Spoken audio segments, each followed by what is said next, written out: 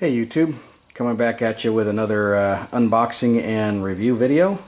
Today we're taking a look at the GoPro Hero 5 Black. This was a bundle deal that I picked up at Costco, and inside it comes with the camera, a 16 gigabyte SIM card, a battery, a dual battery charger with actually two batteries, which is actually really cool. The USB cable, that's standard anyway. And then it also comes with the head mount gear, the frame for mounting, and then obviously a few different mounts. So that's all what's in the bundle. So we're going to take a look at that. The reason why I actually picked this up was I've been wanting to add a second action camera to my side-by-side so that I don't have to keep moving my existing GoPro back and forth from different mounts. And so I started looking at different action cameras, and I wanted one that actually had the GPS data, so that way I could do the sensor overlays and all that kind of stuff. I figured that'd make the videos just a little bit more interesting. And the only cameras that I found that did that were the Garmin line and then the GoPro Hero 5. At least any of the ones that I thought would be decent cameras. I think Sony has some GPS data and stuff as well, but it just didn't seem like those cameras were really up to par when I was reading the reviews. So I ended up settling on the GoPro Hero 5 because it was about $100 cheaper than the Garmin. Ever since the GoPro 6 came out, they dropped the price on the 5s. So it seemed like it was a good opportunity to pick one up, and Garmin just hasn't dropped their price. I mean, these cameras have been out for well over a year now, I think, and Garmin just wasn't dropping the price on it. It's still sitting at like $400 in Amazon. So it seemed like a good opportunity to pick up a Hero 5 now that the Hero 6s are out. So thought I'd do a quick unboxing for you so you can take a look at it and see what comes in this bundle. And then I will capture some video on it as well. We're actually taking the side-by-side out tomorrow. So I'll capture a little bit of video and your GPS data and stuff, and add that to the video and provide some final thoughts and comments. So let's take a look at what's inside. Now, I will admit that I did get a little overzealous and actually opened this up while I was still in the parking lot. I should have waited and saved that for you guys. Sorry about that. But there was a little tab here that you pull off to open it up, and then once you do that, it just pops right open. So in it, you've got your quick start guide, your iChart manuals, warranty manuals and stuff. You got two of those. I don't know why they give you two of them. Why not just put it all in one novel? But you got a couple of stickers here as well. Then here's the camera. So it's rubberized and waterproof down to 30 feet, I think is what it is. And then you got your power button on the side, your capture button on the top, a touch screen on the back, which is a nice addition. Then on the side you've got your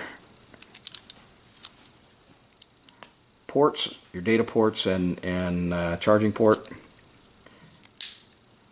Then on the front you've got your LCD display. That's just like all your GoPros with all your information. Then on the back you've got your, if I can open it, there we go, your battery port, and then here's where you put your SIM card as well. So that's a quick look at the camera. In the rest of the bundle, then you've got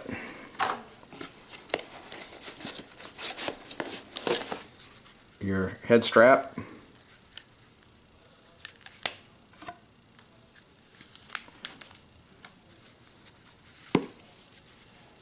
opens up like that, so just sits on your head, and then you got your mount right up front. In the box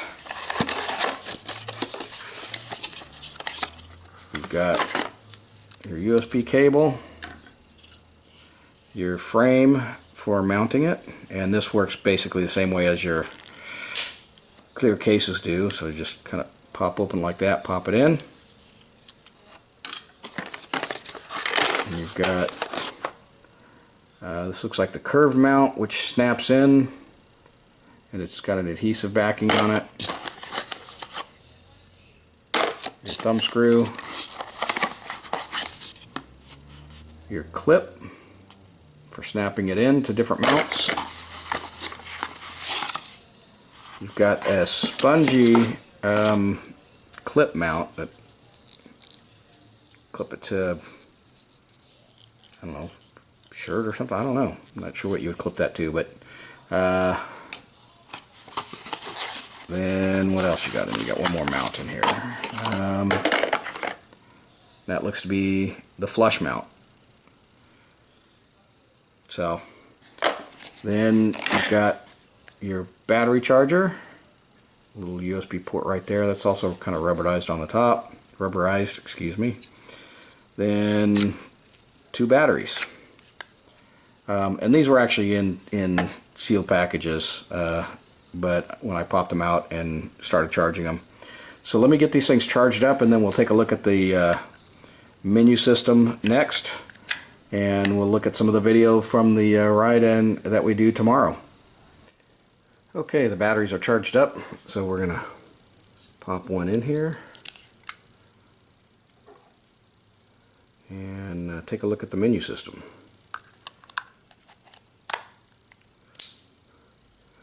Alright, so it looks like we've got power here.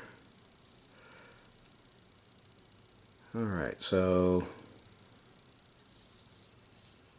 we've got the nice touchscreen on back, and so you can access the various menus by swiping from one of the edges. So if you swipe down, you can connect to your remotes and your phone and your Wi-Fi devices. And you've also got a preference setting that gives you a little bit of information, updates, all of that kind of stuff. Looks like you can turn on and off voice control from here. Select the languages, list of commands. Let's see what the list of commands is. Okay, so just start recording, stop recording, take a photo, burst, all that kind of stuff. Okay, cool. And then quick capture, screensaver. Okay, so gives you a lot of different controls there. Under the preferences setting, then if we swipe in from the other side, now you can do your advanced setting, your white balance and shutter speeds and exposure and all that kind of stuff. Video stabilization, which is on, we're going to want that for riding today. Then manual audio controls, so, and then low light. So okay, so that's your basic menu for that. Then you can set your resolution and stuff from the bottom, and your frames per second. You can also set your essentially your zoom.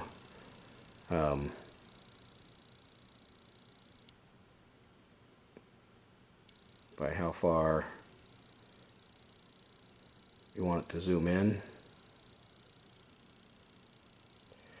We're going to go with wide. And then when you swipe in from the other side, that's where you view your content that you just shot. So since we haven't shot anything just yet, with nothing there, so there's your basic menu system.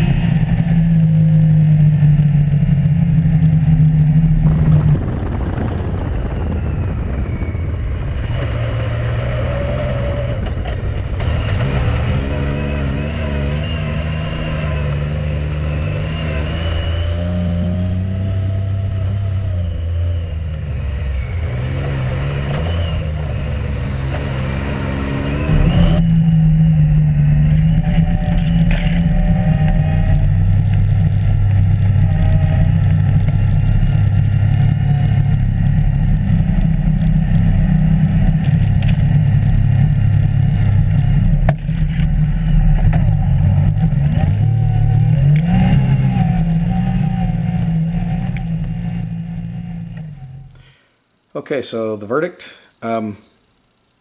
Overall, I'm pleased with the camera. It held up well, very ruggedized. In the case, I like the waterproof and stuff. The quality of the video was pretty good. Good color reproduction, very crisp, clear video, good image stabilization. So overall, I think it does a pretty good job capturing video. I do have some concerns regarding the camera. First of those is that it does chew up the battery pretty fast. I was shooting at 1080p 60 today with the GPS on, and it chewed through the battery in 45 minutes an hour, something like that. And so that was a little problematic. The other piece was the video sizes are just massive. I think about a 12-minute video was 3.7 gigs. And so, the 16 gigabyte card that came with this thing as part of the bundle was just gone in no time. So, yeah, there is that. So, overall, not bad. I'll go ahead and hold on to the camera. I don't see any reason to return it, but definitely you got to be prepared for the massive video sizes, and so that's going to mean you're going to spend a lot of time, at the editor if you're editing your own, pulling out your own highlights. So, because you gotta it takes a while to download it off the camera in the first place, or to import the videos into the Quick app, if that's what you're doing. Yeah, they're big file sizes. Speaking of the Quick app, not a fan. The GoPro video editing app is kind of cheesy in my opinion. It automatically assumes you want this cheesy techno music attached to your clips, and it'll go through and pick what it thinks is the highlights, into 30-second, 60-second clips. And I don't want the app determining what my highlights are. I want to pick and choose those myself. So what I'm finding I have to do then is, in order to get the overlays and the instrument cluster and stuff on there, I've got to save it as a separate clip. Add the instrument clusters, packages and sensors and stuff that I want on there, the speedometer and things, and then save it as a second clip. And then I've got to take that clip, put it into a different editor to pick out the highlights that I want to load into the video. So it's a very time-consuming process when you do that. So be prepared for that. With the 2-camera shoot, it does make it a little bit easier in the sense that I don't have to keep moving the camera around, and so I can just pull the clip straight in. But given the file sizes coming off this thing, these things are massive, so it does take a bit of time to get all that stuff done. So there you have it. You can see from the videos the quality of the Hero 5 versus the Hero 3 Plus. They're both shooting 1080p, so they both look good. There you go. So that's my review. If you have any questions, comments, please leave your questions below, and I'll try and get to them as quickly as I can. And if you've got feedback on this thing, if you've got the Hero 5 and you like it or you don't like it, share those comments as well. I'd love to hear what you guys think. Anyway, there you go. Thanks for watching, and stay tuned for more videos.